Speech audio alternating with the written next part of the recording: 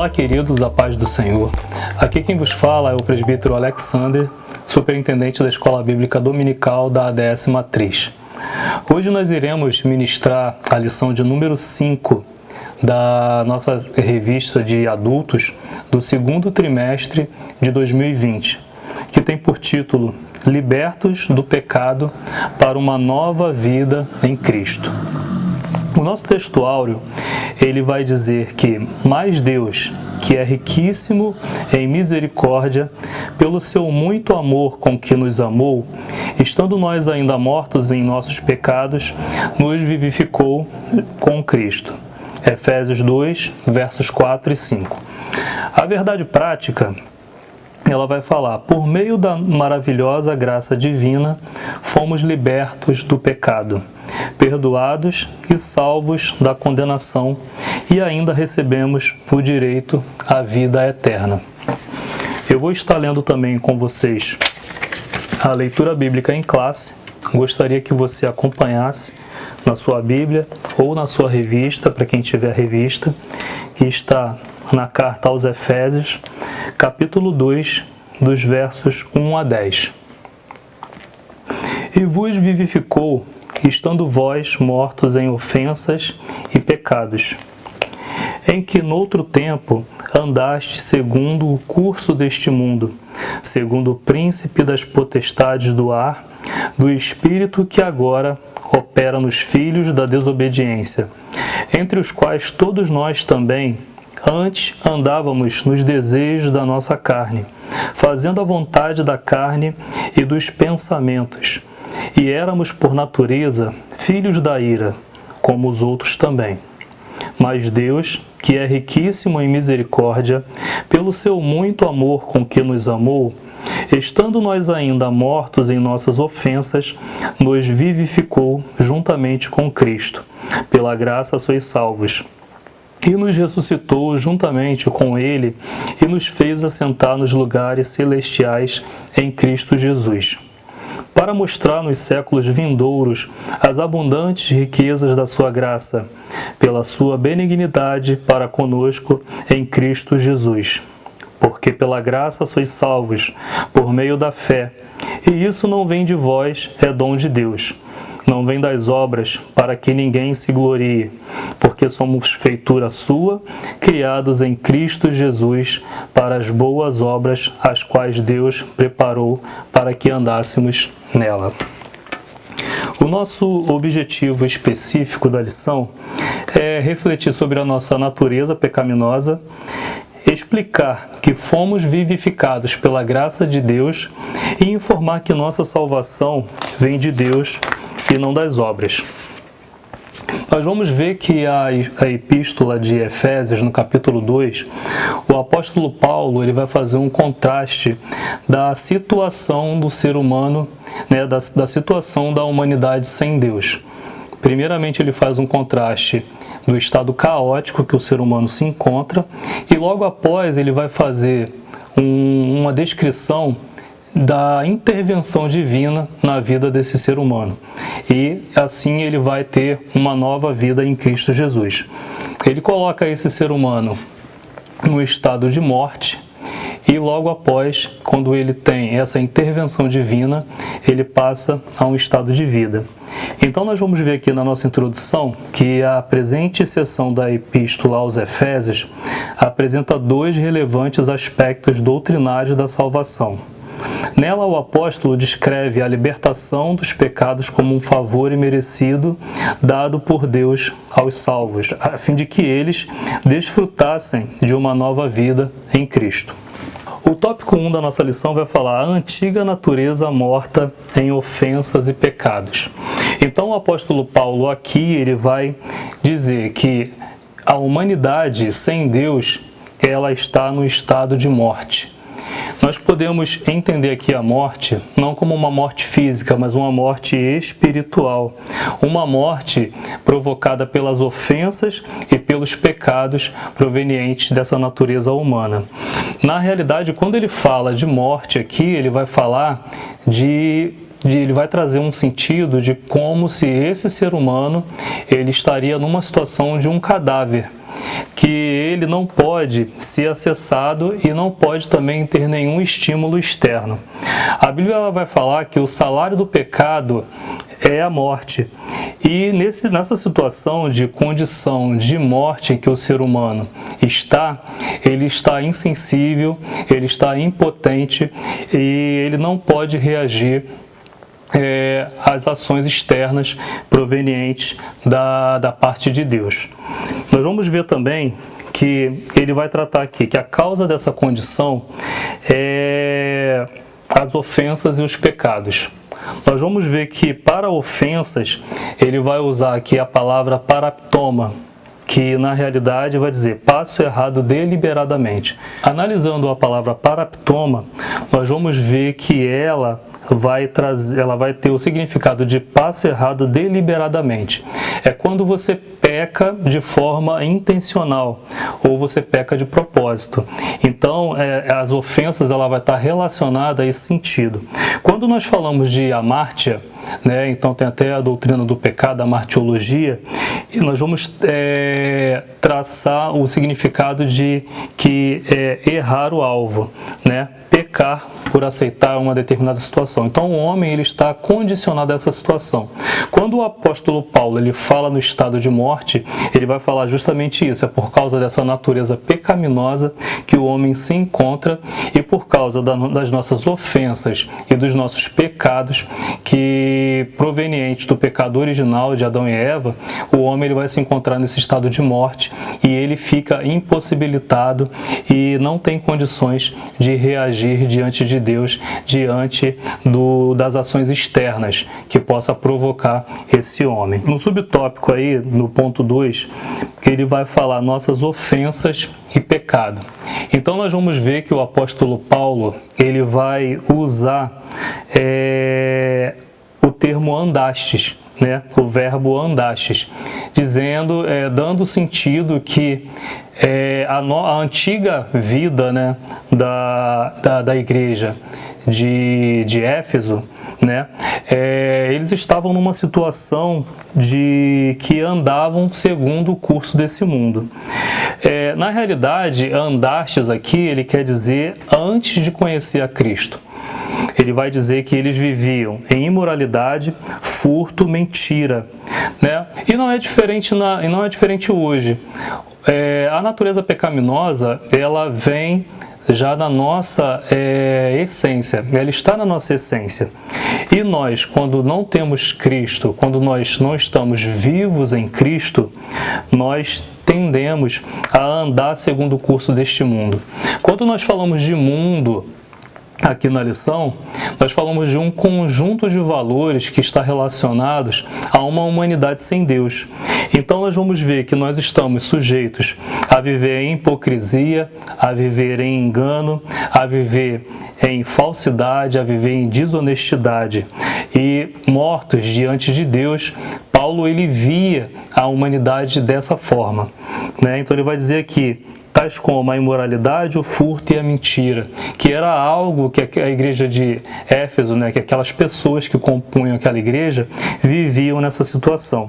Ele vai dizer também que eles viviam segundo o príncipe das potestades do ar.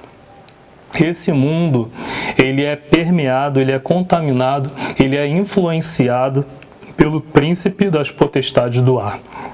Nós podemos falar que esse príncipe é o próprio diabo, né? Quem está sem Cristo acaba estando sobre essa influência, a influência de Satanás, né? Pelo poder das potestades do ar.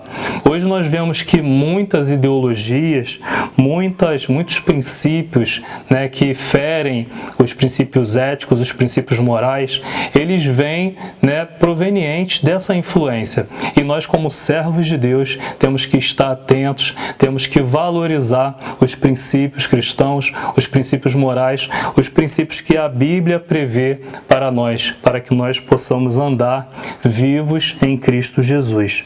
Então, Então aqui ele vai falar que Satanás ele exerce autoridade sobre os poderes do mal, conforme está em João 12:31, e indica que os agentes malignos têm a mesma capacidade de influenciar os homens desobedientes e incrédulos. Quando ele fala de homens desobedientes, nós vamos ver que ele vai tratar como filhos da desobediência, fazendo uma relação desse pecado original, dessa natureza pecaminosa que o homem tem. Mais adiante ele vai alertar aqui que a nossa luta é contra tais seres do mal. Contudo, não é necessário temer, pois Deus exaltou Cristo acima de todos eles. Então a nossa luta ela não vai ser contra a carne nem o sangue, mas sim contra essa horte espiritual, contra essa influência maligna que vem sobre nós. No tópico 2.3, vamos ver que andávamos fazendo a vontade da carne e dos pensamentos.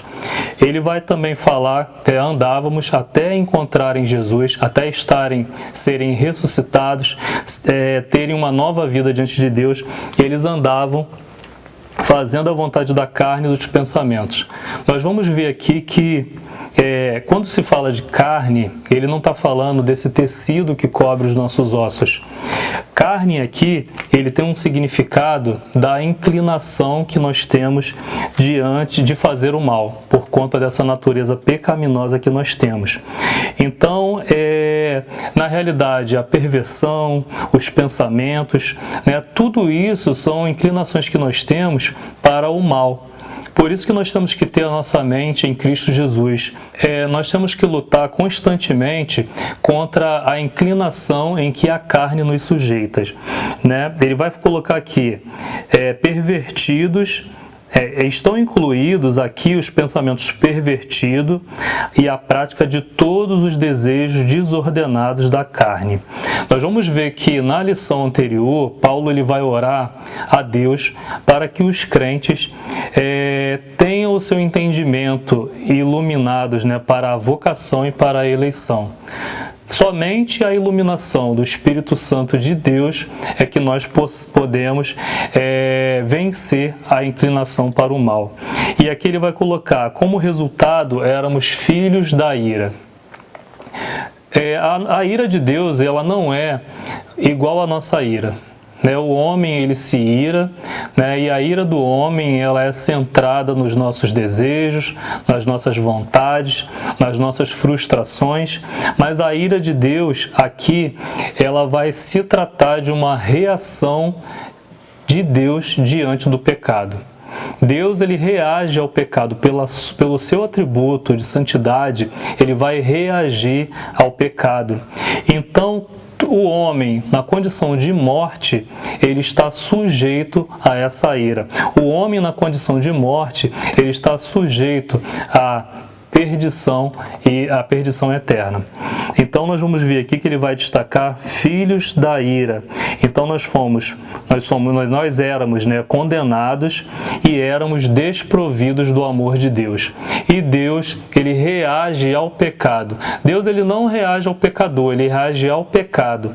E cabe esse pecador, estar atento, está disponível para que essa graça, ela possa alcançar e possa fazer com que esse pecador ele venha ressuscitar, ele venha ter vida em Cristo Jesus.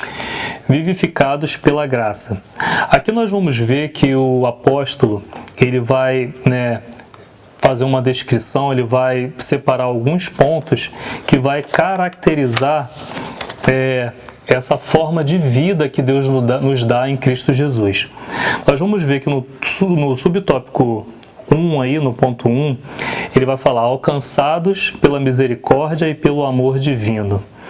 Na realidade, nós fomos alcançados pelo amor de Deus. O amor de Deus aqui, ele não é um amor igual o ser humano tem. O amor de Deus aqui é um amor que faz parte da sua natureza, é o amor que está escrito lá em João 3,16, que vai dizer: porque Deus amou o mundo de tal maneira que deu o seu Filho unigênito para que todo aquele que nele crê não pereça, mas tenha vida eterna. Então, assim, a graça e a misericórdia de Deus serão as consequências desse amor. Quando o amor ele alcança o homem, isso tudo é convertido em misericórdia e graça. Esse amor alcança o homem, ele converte, como consequência vem a misericórdia e a graça, e esse homem ele passa a ter vida em Cristo Jesus. Ele começa a reagir às ações externas, da parte de Deus na vida dele. Nós vamos ver que a grande razão de sermos alcançados por esse poder de vivificação em Cristo Jesus é porque Deus ele nos amou. O contato desse amor com o homem da parte de Deus é que vai gerar duas ações na nossa história, que vai trazer mudança na nossa história, mudança de vida. Nós vamos ressuscitar em Cristo Jesus. Então, as duas ações que vão provocar, aí, como eu já falei, que são consequências, é a misericórdia e a graça. Quando a gente fala de misericórdia, nós vamos entender que nós não receberemos o castigo que nós merecemos. Nós estávamos mortos, andávamos segundo a influência do príncipe das potestades desse mundo, andávamos conforme esse mundo, estávamos mortos em ofensas e pecados e estávamos também na condição de filhos da ira, condenados à perdição. Mas aqui, diante da misericórdia de Deus, nós não receberemos o castigo que nós merecemos, É o ato de Deus que não nos dá o castigo que nós merecemos. E a graça, ela vai ser o favor imerecido de Deus. Na realidade, nós também não teríamos direito a essa graça, mas Deus, pelo seu muito amor com que nos amou, Ele nos concede esse favor imerecido. Além de Deus não nos dar o castigo que merecemos, Deus nos dá aquilo que não merecemos, que é a graça, a maravilhosa graça de Deus, que é esse favor imerecido.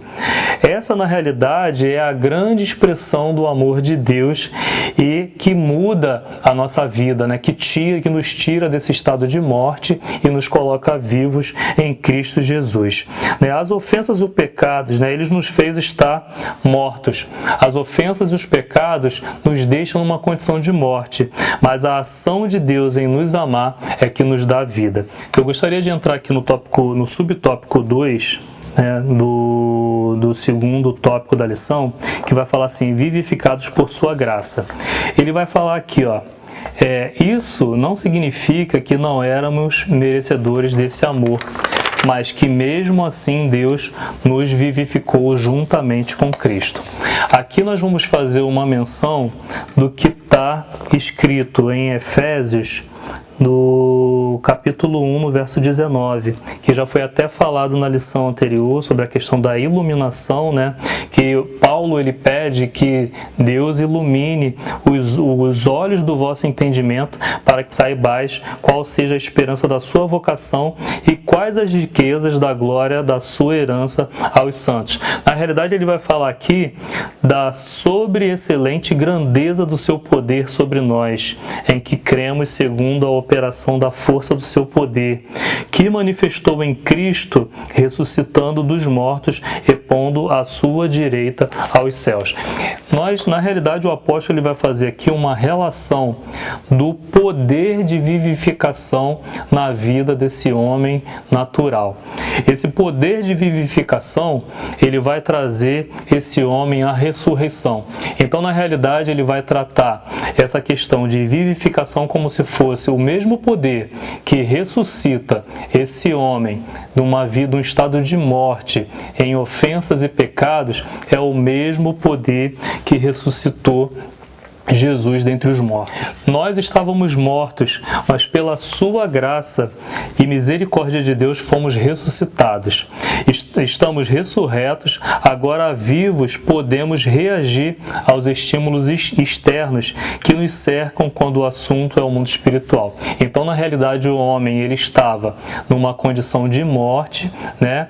Morte em ofensas e pecados, e quando Deus alcança esse homem através da sua misericórdia, através do seu amor, através, né, do muito amor que essa passagem vai dizer, esse homem ele ressuscita. E aqui nós vamos ver que esse poder de ressurreição desse homem que estava numa condição de morte é o mesmo poder que ressuscitou Jesus dentre os mortos. Então nós vamos ver que a ressurreição, ela promove uma situação especial em nós, em que Deus pode compartilhar uma parte da sua natureza, que é o amor. O subtópico 3 do ponto 2, ele vai falar exaltados por sua graça. Quando nós falamos de exaltação, aqui eu não estou falando de um simples elogio, né? Aqui nós vamos dizer assim, ó, a lição ela vai falar: o apóstolo dos gentios ainda destaca que o poder de Deus nos ressuscitou juntamente com ele e nos fez assentar em lugares celestiais em Cristo, que é o que está escrito no verso 6 do capítulo 2.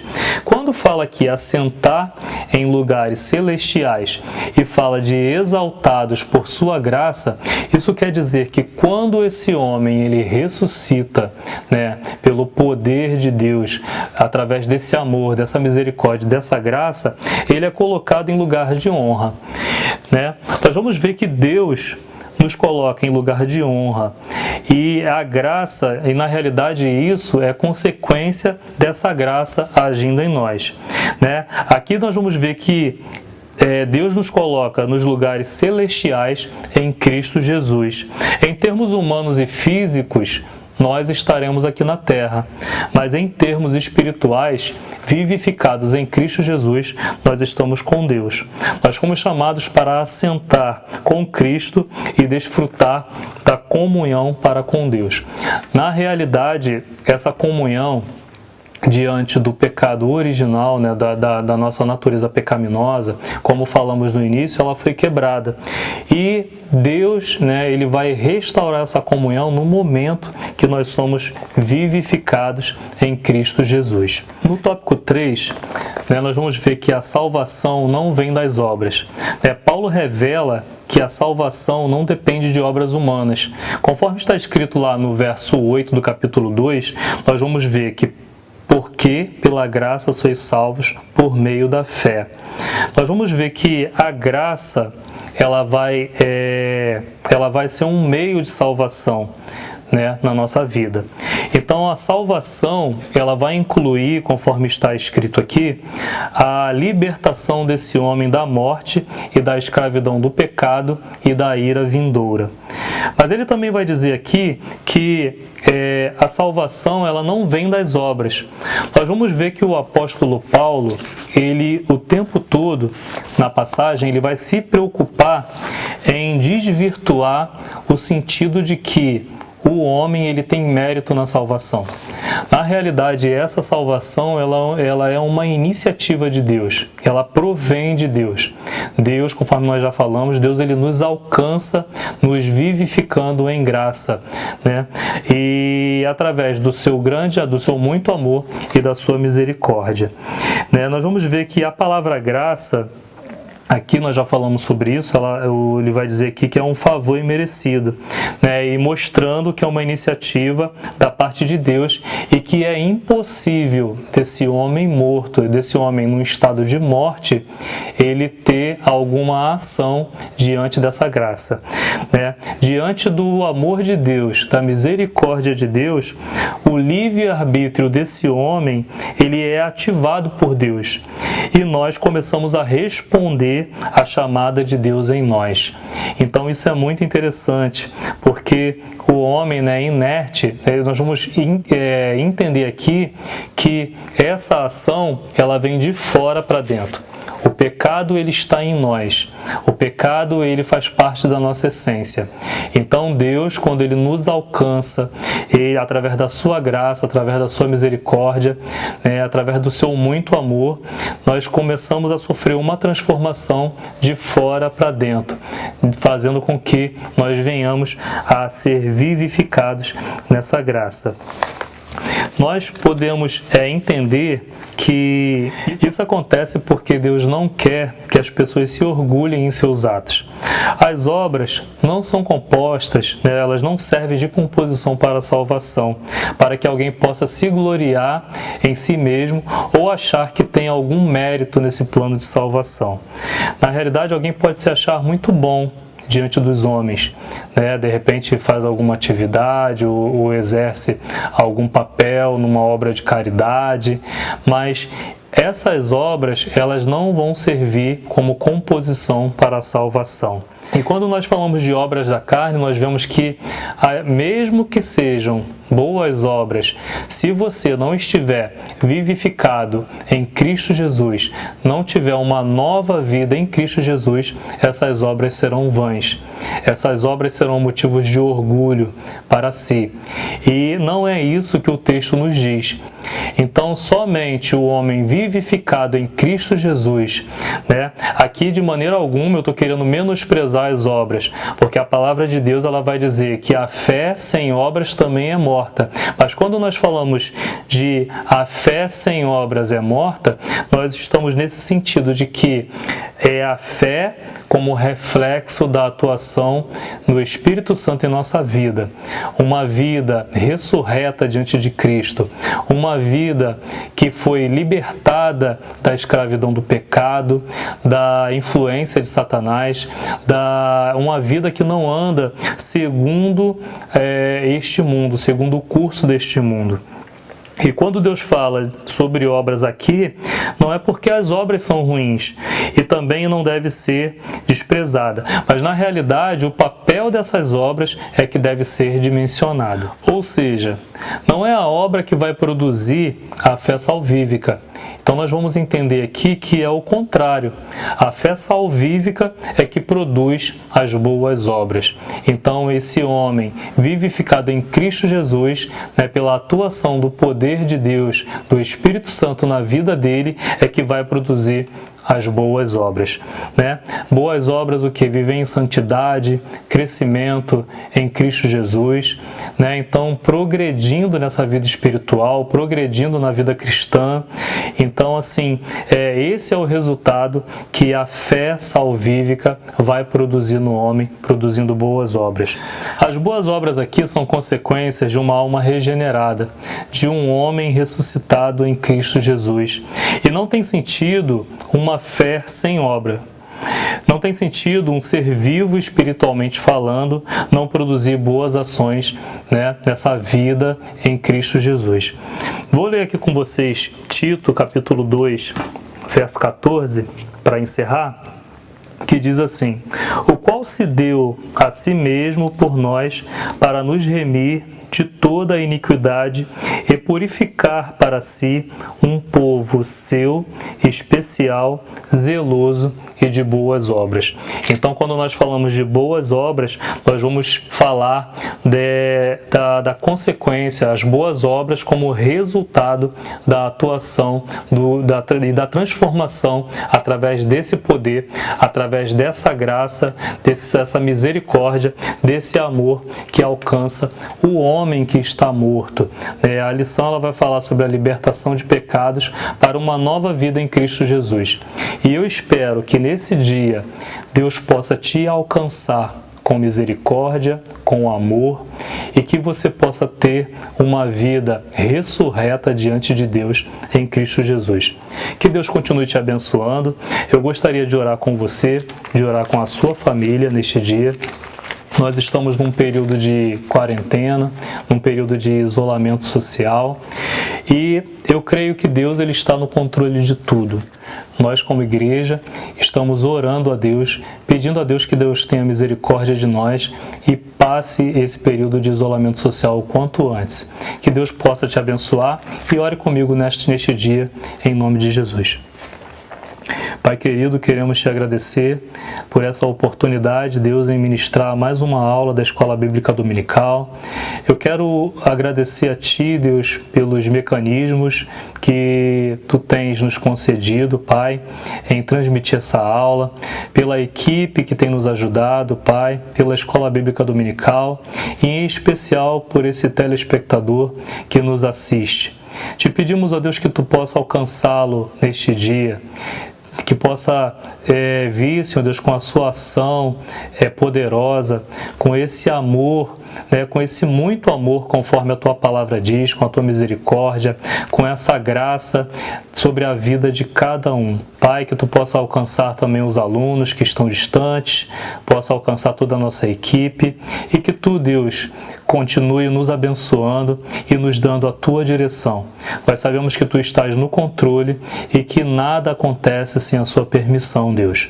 Muito obrigado, Pai, por essa salvação que Tu nos deste através da Tua graça. E nós sabemos que tudo isso Tu nos deste mesmo sem merecer. Muito obrigado, Deus, e que Tu continue nos abençoando em nome de Jesus. Que Deus te abençoe em Cristo Jesus.